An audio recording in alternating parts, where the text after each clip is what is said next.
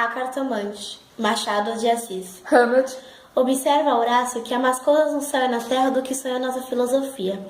Era a mesma explicação que dava a bela Rita ao moço Camilo, numa sexta-feira de novembro de 1869, quando este ria dela, por ter ido na véspera consultar uma cartomante. A diferença é que eu fazia por outras palavras. Ria, ria. Os homens são assim. Não acredito em nada, pois saiba que fui, e que ela adivinha o motivo da consulta antes mesmo que eu lhe dissesse o que era. Tu creres deveras nessas coisas? Perguntou-lhe. Vilela, Camilo e Rita, 3 nomes, uma aventura. Vamos a ela. No princípio de 1869, voltou Vilela da província, onde casara com uma dama formosa e tonta, abandonou a magistratura e veio abrir banca de advogado. Camilo arranjou-lhe uma casa e foi a bordo recebê-lo. É o senhor? Exclamou Rita, estendendo-lhe a mão. Não imagina como meu marido é seu amigo. Falava sempre do senhor. Camilo e Vilela olharam-se com ternura.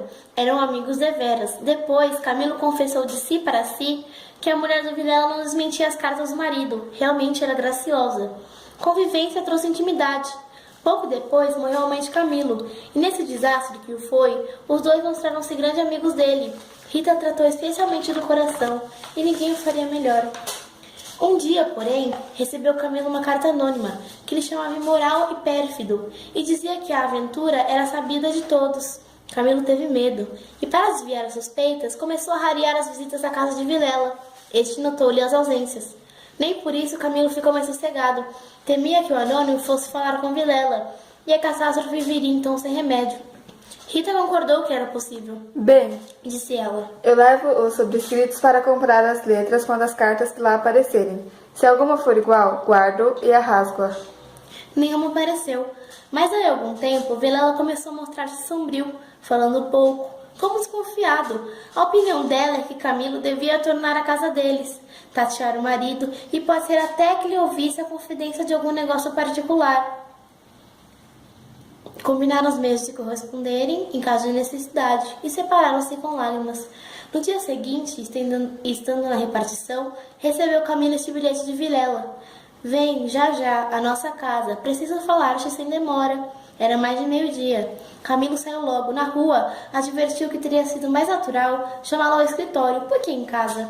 Tudo indicava matéria especial. E a letra, fosse realidade ou ilusão, afigurou-se-lhe trêmula. Ele combinou todas essas coisas com a notícia da véspera. Vem, já, à nossa casa. Preciso falar sem demora. Repetia ele com os olhos no papel. Camilo ia andando inquieto e nervoso. Não relia o bilhete, mas as palavras estavam decoradas. Tinha um tom de mistério e ameaça. Vem, já, para quê? Era perto de 1h da tarde. Positivamente tinha medo. Quanto antes, melhor, pensou ele. Não posso estar assim. Quase no fim da rua da Guarda Velha, o tio Buri teve de parar. A rua estava travancada com uma carroça que caíra.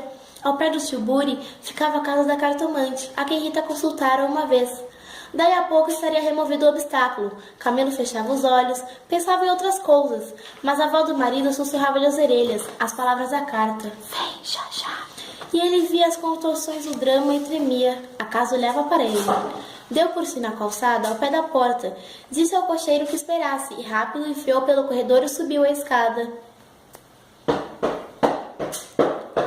Trepou e bateu. Não aparecendo ninguém, teve ideia de descer, mas era tarde, e curiosidade fustigava-lhe o sangue, as fontes latejavam-lhe. Ele tornou a bater 1, 2, 3 pancadas. Veio uma mulher, era a cartomante. Camilo disse que ia consultá-la, ela fez-o entrar. Dali subiram ao sótão, por uma escada ainda pior que a primeira e mais escura. A cartomante fez-o sentar diante da mesa, e abriu uma gaveta. Um baralho de cartas compridas e enxovalhadas. Enquanto as baralhava rapidamente, olhava para ele, não de rosto, mas por baixo dos olhos. Voltou 3 cartas sobre a mesa e disse-lhe: Vejamos, primeiro é o que traz aqui. O senhor tem um grande susto. Camilo, maravilhado, fez um gesto afirmativo. E quer saber, Continuou ela. se lhe acontecerá alguma coisa ou não? A mim e a ela. Explicou vivamente. Cartomante não sorriu, disse-lhe só que esperasse. Rápido pegou as outras vezes as cartas e baralhou-as. As cartas dizem-me. Camila inclinou-se para beber uma a uma as palavras. Então ela declarou-lhe que não tivesse medo de nada. Nada aconteceria nem a um e nem a outro. Ele, o terceiro, ignorava tudo, não obstante. Era indispensável mais cautela. Ferviu invejas e despeitos. Falou-lhe do amor que os ligava, da beleza de Rito. Camila estava deslumbrada. A cartomante acabou, recolheu as cartas e fechou a gaveta. A senhora resistiu-me a paz do espírito, Disse ele, estendendo a mão por cima da mesa e apertando da cartomante. Esta levantou-se rindo. Vá, Disse ela. vá, ragazzo innamorato. E de pé, Camilo, ansioso por sair, não sabia como pagasse, ignorava o preço. Quanto que é? Pergunte ao seu coração. Respondeu ela. Camilo tirou uma nota de 10.000 réis e deu-lhe. Os olhos da cartomante fuzilaram. O preço usual era dos 1.000 réis. Vejo bem que o senhor gosta muito dela, e faz bem. Ela gosta muito do senhor. Vá, vá tranquilo. Olhe a escada, é escura. Ponha o chapéu. Camilo achou o tio Buri esperando. A rua estava livre. Entrou e seguiu a trote largo. Vamos depressa. Repetia ele ao cocheiro. E consigo, para explicar a demora ao amigo, engenhou qualquer coisa, de volta com os planos. Reboavam-lhe na alma as palavras da cartomante. Em verdade, ela adivinhara o objetivo da consulta, o estado dele, a existência de um terceiro. Por que não adivinharia o resto? Às vezes queria rir, e ria de si mesmo, algo vexado.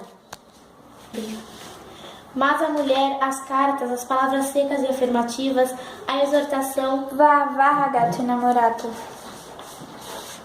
a verdade é que o coração ia alegre e impaciente, pensando nas horas felizes de outrora e nas que haviam de vir.